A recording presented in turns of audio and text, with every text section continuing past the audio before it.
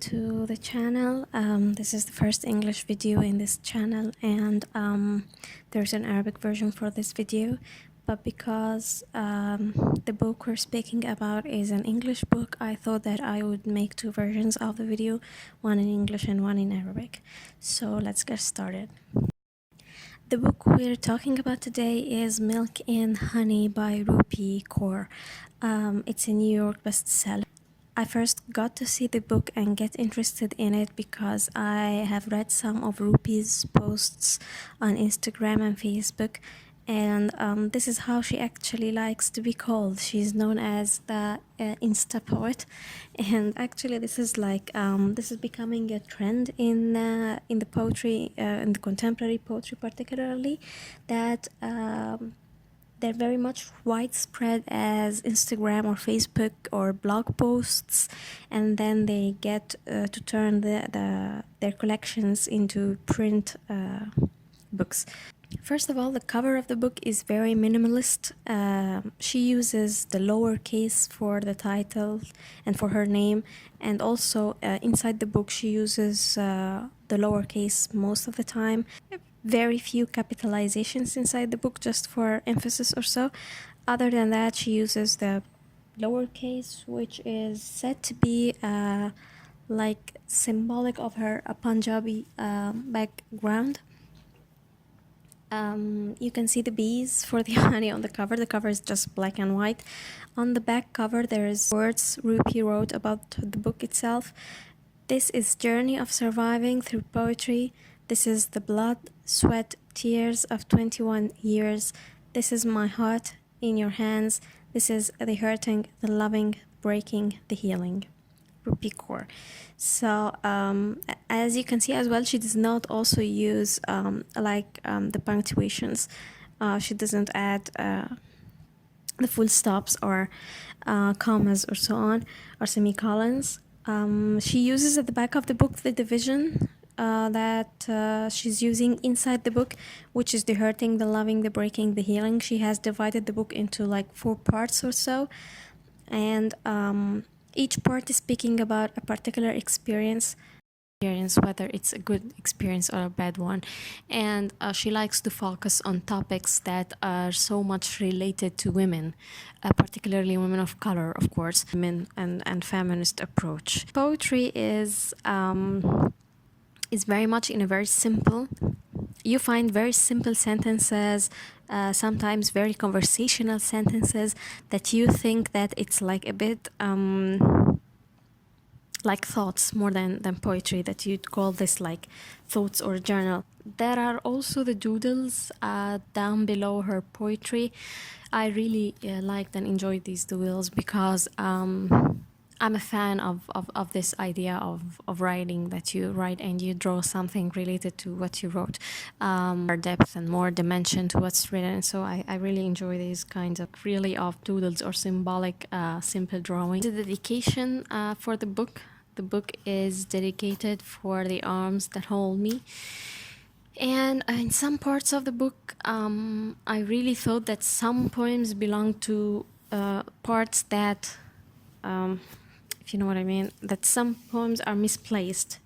So some of the poetry that is in the hurting, for example, I feel that they belong to the breaking or so on. So some poetry, I felt that they are not in their right place. The overall experience of the book is not bad, because I know that the book has like so many fans all over the world, and that so many people find the language in the book and the poetry in the book very much relatable. And they feel like the book expresses something in them or reflect. Okay, this is okay, this is fine. But for someone who likes poetry or who reads poetry or who's read so many books on and about modern poetry and postmodern poetry, this might not be like the best choice, because this person would always feel that this book lacks something. Rupi's poetry has been compared to that of Nihad.y and Nikita Gill and the other Insta poets or other contemporary poets that use the same techniques. And yes, I find that Rupi's poetry is very close to that of Nihad.y and Even some sentences, I feel like they are exactly the ones that Nayara used. So, but actually I like Nayara's poetry more. It appeals to me and it's more relatable to me. Anyway, the book is rated like 4 something, 4.1 or so on Goodreads.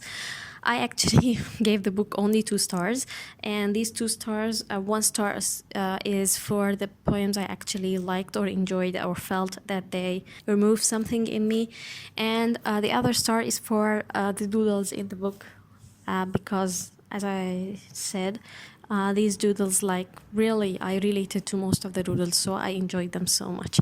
And because I do so myself while writing, so I thought that, wow, this is so inspiring. Other than that, really, you can feel like the book a bit lacks originality. Like some parts, you feel they are so artsy. They are a bit fake or sometimes even pretentious. You feel like these words are like so much not coming from the heart. No, some parts I felt that they were really pretentious. They were really fake. They lacked originality. Some of the sentences and the ideas were like so much cliche. Explores abuse, sexual, verbal, and emotional. She explores identity. She explores displacement. All in all, I think it's okay if you give the book a shot. I still have her other book, The Sun and Her Flowers. P is an Indian Canadian, and this is pretty much reflected in her poetry. I mean, the Indian influence is very, very little, and I feel like she tries to use this or to employ this as much as she can, but like, she's not very much skillful in this part or on this level. Anyway, the book is okay. It's very small, so it's like a quick read. The sentences are very short and there are these drawings, so it's not like you could finish this like in an hour or so. I think if you would like, you can give this book a shot.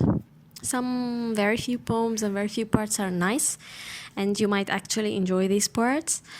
There's the thank you dedication or the great gratitude dedication at the end of the book from the writer to the reader, because they've read the book and they finished it.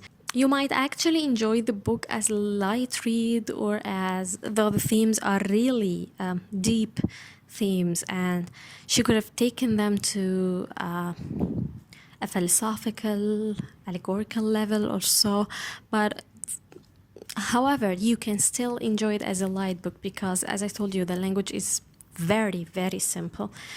You might relate to some of its poetry or its ideas. I hope you would give this book a shot, and I hope that this very short overview of the book would be beneficial in any way.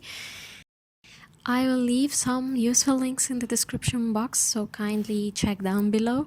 I will leave Rupi's website on which some of her photos are available. She's a photographer, and you can find some of the pieces of this book and the other on Instagram and Facebook if you just use the hashtag Rupi Kaur. I will also link down below her page on Goodreads for further information about her and her books. I will also leave you a link for her TED talk and for an interview.